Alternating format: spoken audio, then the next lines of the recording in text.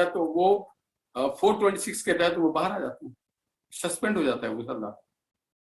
बिल्कुल ठीक, बिल्कुल ठीक। चले, ये हमारा पॉइंट तो क्लियर हुआ। अब आगे जरा मरियम नवाज के केस पर बात करते हैं। इवन फील्ड रेफरेंस के खिलाफ इस्लामाबाद हाई कोर्ट में अपील पर समाअत चल रही है। केस को आपने स्टडी किया होगा, क्या देख रहे हैं मरियम नवाज का केस कितना मजबूत है सर? ये एक बड़ा मजा का केस तरह का है। एक ऐसी प्रॉपर्टी के हवाले से उनसे बात की गई, एवनफील्ड। जो एवनफील्ड नाम मियां मोहम्मद नवाज शरीफ की है। मैं क्यों बता रहा हूं मियां नवाज शरीफ की नहीं है, अगर नवाज शरीफ की होती इन केस, तो फिर ये कहा जाता कि being a legal heir, she is a joint owner, she is a legal heir, she is the joint owner of the property after Mr. Mohammad Nawaz Sharif, or even in his lifetime if you wanted to क्या कहते हैं gift someone, तो वो बेटी है, वो share holder है। ये मकान खालिसतन हुसैन नवाज के अपने नाम पे है। हुसैन नवाज के अपनी बीवी बच्चे हैं, उनके अपने लीगल हेयर्स हैं, तो मरियम का उस एवनफील्ड से कोई लेना देना नहीं है, क्योंकि ये मरियम नवाज के वालिद की प्रॉपर्टी नहीं है, ये प्रॉपर्टी उनके भाई की है। अगर जो शरा जानते हैं, और हमारे यहाँ जो विरासत का कानून है वो हम इनहेरिट करते हैं कुरान मजीद फुरकान हमीद से, जो अल्लाह ताला ने राज किया हुआ है, उसके तहत बेटी तो वारिस है, बेटा वारिस है, मगर यहाँ पे उनके वालिद का नहीं है, तो उससे जोड़ना मरियम नवाज को इंतहाई ज्यादती थी। दूसरी बात यह थी कि मरियम नवाज कभी ऑफिस होल्डर नहीं रही, ना वो काउंसलर थी, ना चेयरमैन थी, ना वाइस चेयरमैन थी, ना एमपीए थी, ना एमएनए थी, ना सेनेटर थी, ना एडवाइजर थी। She was at no place in the government system. तो उनका एक्स चेकर के पैसे के मिसयूज का कोई मसला ही नहीं होता है। फिर लंदन की अदालत में अगर ये मुकदमा किया होता और लंदन की अदालत ने एवनफील्ड के ऊपर कोई वर्डिक्ट दी होती, जैसे अभी डार साहब के उसमें उन्होंने दिया, या जैसे उन्होंने सलमान साहब के उसमें दिया, शहबाज साहब की फैमिली पे दिया, तो फिर आप कह सकते थे कि जी ये जो है फैसला लंदन हाई कोर्ट का, उसको पाकिस्तान के कोर्ट में आप लाएं और लाभ करके उसको यहाँ पे लागू किया जाए। मगर उनका कहीं पे कोई केस नहीं थी, ये ऑल ऑफ सडन ये केस उठा लिया गया। और एक और रीजन उसमें दिया है कि चूंकि ये प्राइम मिनिस्टर की बेटी थी, हर शख्स अपने मामलात का जवाब दे, कोई दूसरे के मामलात, और अगर कोई सॉवरेन हो, इंडिपेंडेंट हो। अभी आपने देखा होगा काजी फैज साहब के केस में उन्होंने डिक्लेयर किया कि मेरी बीवी सॉवरेन है, इंडिपेंडेंट है, फाइनेंशियल इंडिपेंडेंट है, मेरे बच्चे इंडिपेंडेंट है, तो nothing to do with their business and their affairs. वो अपना ऑपरेट करते हैं इंडिपेंडेंटली, मैं अपना ऑपरेट करता हूँ इंडिपेंडेंटली, और उसको सुप्रीम कोर्ट ने माना है तभी तो काजी फैज ईसा केस में खत्म किया गया ना कि हाँ ठीक है जी। इफ्तिखार चौधरी साहब के केस में भी शायद ऐसे ही था जब उनके बेटे का केस हुआ था।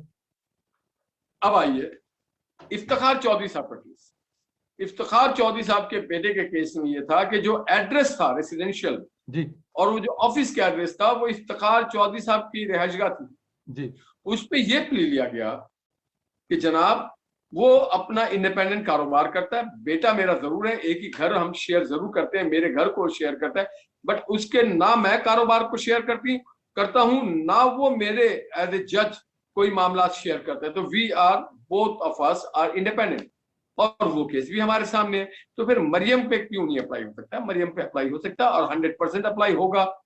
अब आ गया कैप्टन सफदर जी, तो उन्होंने कहा जी ये फैसिलिटेटर थे, किसी का शौहर होना कोई गुनाह तो नहीं है, वो कहां से फैसिलिटेटर हो गए? उनका तो हेयरशिप में कहीं दूर तक नाम नहीं है उसमें। अब वो कहते हैं वो क्या टेलीफोन या क्या फोन था, एक कैलबरी फोन, जी जी जी, कैलबरी फोन, तो उसका अभी पिछले दिनों आ गया, वो रेडले साहब आए और उन्होंने कहा जनाब 2005 में भी था और जो मैंने बयान दिया पाकिस्तान में वो गलत दिया था, जो मेरे बयान को उन्होंने अपने दस्तावेजात या अपने ऑनगोइंग केस में शामिल किया था, that was wrong, it was my miss statement. तो ये भी साबित हो गया कि वो कैलबरी फोन उस वक्त था 2005 में। अब आप आइए कि मरियम नवाज को आपने फिर मरियम नवाज के हवाले से जो बात जज अरशद मलिक मरहूम ने कहा वो सबके सामने आया है। और सबसे बढ़कर आप देखें, वो आज बाकायदे हयात हैं, प्यूरे जज थे। प्यूरे हमारी लीगल टर्मिनोलॉजी में हम कहते हैं जो चीफ जस्टिस के बाद सीनियर मोस्ट जज होते हैं। प्यूनियर जज ने मुझे या आपको नहीं कहा, उन्होंने पिंडी बार को खिताब करते हुए जो बात की, और उन्होंने कोई अभाम में बात नहीं की कि जर्नलाइज कोई बात नहीं की, उन्होंने पर्टिकुलराइज बात की। एक होता है जनरलाइज कि हमारे ऊपर बड़ा प्रेशर होता है, हमें रोस्टर बनाने में ये होता है, हमें इसमें ये होता है, ये हमें इंस्ट्रक्शंस आते हैं, कॉल आते हैं। नहीं, उन्होंने कहा मेरे घर आए और मुझे कहा कि तुमने मेरे 2 साल की हमारी मेहनत को जाया कर रहे हो, इनको इलेक्शन से पहले नहीं निकलने देना। यकीनन जो आदमी ये बात कर रहा है उसको यकीन था कि ये लोग बेकसूर और केस में कुछ नहीं है, तभी उन्होंने कहा कि खुदारा इलेक्शन से पहले तो इनको बाहर नहीं आने देना। और 2 साल हमने मेहनत की इस केस में, तो बड़ा क्लियर है। फिर आप ये बताइए, वो रजिस्ट्रेशन डीड क्या इस केस में कहीं कभी शामिल हुआ? क्या जेआईटी ने या नैब कोर्ट ने कभी लंदन के लीगल सिस्टम को, जुडिशियल सिस्टम को या होम डिपार्टमेंट को, ये 3 फोरम है, या उनके प्रोसिक्यूशन डिपार्टमेंट को, क्या इनको खत लिखा उनके जुडिशियल सिस्टम को कि this is happening, kindly help us, ये इनकी रजिस्ट्रेशन हमें भेज दे कि प्रॉपर्टी किसके नाम है, कब कैसे आई? नहीं। क्या आपने उनके लीगल सिस्टम को कहा, जुडिशियल सिस्टम को कहा कि is there any matter pending against this Avenfield? नहीं। क्या उनके रॉयल प्रोसिक्यूशन डिपार्टमेंट को आपने कहा? नहीं। क्या आपने अपने एम्बेसी को भी ये खत लिखा कि जनाब आप इसको बाजियाब कराएं, कुछ करें? नहीं। आपका यहां से आदमी जाता था, वहां पे सैर सपाटे करता था और वापस आ जाता था। डॉक्यूमेंटेड कोई चीज नहीं है, एक चीज डॉक्यूमेंटेड नहीं। इवन जो वहां की रजिस्ट्रेशन होती है, उनका अपना जो सिस्टम है, उसको आपने बुलाया यहाँ पे? नहीं। फिर आपने कोई ट्रांजैक्शन की सबूत दी? नहीं। तो मरियम को तो आपने वैसे ही बीच में डाल दिया, और आपने मरियम के अब्बा को निकाला अकामा में। मरियम का अगर मैक्सिमम था तो आप हुसैन नवाज को बुला के पूछ सकते थे कि उनके नाम पे प्रॉपर्टी रजिस्टर्ड है। ना ये प्रॉपर्टी मियां नवाज शरीफ के नाम पे है, ना ये कैप्टन सफदर के नाम पे है, और ना मरियम नवाज के नाम पे है। तो जो बेस है केस का वो गलत है, बिल्कुल मफरूजे पे के बुनियाद पे है। तो मफरूजों पे तो आप केस नहीं चलाते हैं, और कोई आपके पास ठोस शवाहिद नहीं थे, और एक ऐसी कहानियां डाली गई कि वॉल्यूम 1, वॉल्यूम 2, वॉल्यूम 10, किसी वॉल्यूम में कुछ नहीं मिला।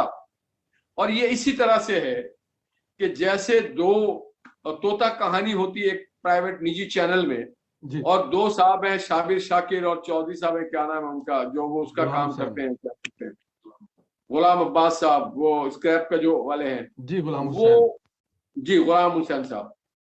उन्होंने कह दिया जी कि अरबों डॉलर लूट के ले गए, और वो उस पे माशाल्लाह देखिए लोग ट्रस्ट करते हैं आप पे भी करते हैं तंदिला साहब, कि आप नेशनल चैनल पे बैठे हुए हैं, आप हमारे अमीन हैं, सादिक हैं, क्योंकि आप न सिर्फ हमारे मुल्क में बड़े बैरून मुल्क में आगाही देते हैं, अमीन है, सादिक है, सच बोलते हैं, झूठ नहीं बोलेंगे, और ईमानदारी से बात करेंगे और अमानतदारी करेंगे। इन दोनों हजरात ने बैठ करके ना सदाकत का सबूत दिया, ना अमानत का सबूत दिया, और एक आदमी के इमेज को टॉर्निश करने की कोशिश की, ना सिर्फ पाकिस्तान में बल्कि बैरून मुल्क भी। एक ऐसा आदमी जो कि पाकिस्तान के लिए जीता और मरता है, जो कुंजी है पाकिस्तान की मईशत का, जो पाकिस्तान की तबाहाल मईशत को उठाता है, जो हमारी दिफाई इदारों को मजबूत करने के लिए फराहम करता है, जराए आमदन से ज्यादा वो देता है अपना डिफेंस को मजबूत करने के लिए, जो सीपैक लेके आता है नौजवानों के हाथ में से, वो पिस्टल और क्लैशनकॉफ छीन करके लैपटॉप दे देता है, जो लोग भटके हुए लोगों, मुसाफिर, टूटे हुए सड़कों के लिए, मोटरवे के लिए फंडिंग करता है, जो हमारे गरीब तबके के लिए ऑयल ट्रेन, और ये नाम है इसाक डार। उस आदमी पे आप इल्जाम लगा रहे हैं, एक जो आदमी अमीन था। और फिर क्या हुआ? आपको लंदन के कोर्ट में मुकी खानी पड़ी। सिर्फ आपको मुकी नहीं खाई, हमने भी खाई बैठे थे नेशन। जी जी हमें भी शर्मिंदगी है कि हमारे मुल्क का एक न्यूज चैनल ऐसा है और उसके 2 रिपोर्टर ऐसे हैं जो कौवे से भी ज्यादा झूठ बोलने में महारत रखते हैं, कौ कर रहे होते हैं।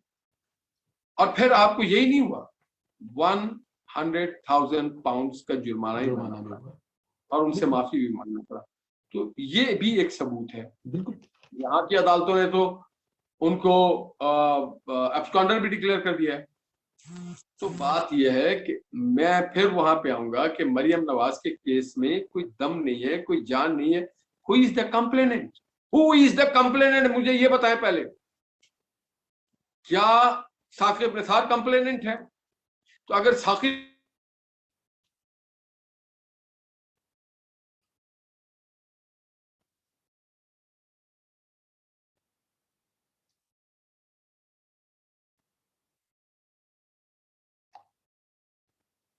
शायद कॉल हैंग हुई है या शायद इंटरनेट में कुछ इशू हुआ है।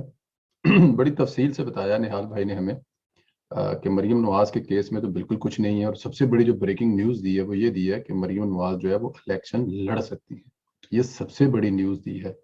और मेरे ख्याल में बात तो बड़ी पॉइंट वाली है कि किसी जगह पे इलेक्शन कमीशन ने तो मरियम नवाज को उन पे कोई पाबंदी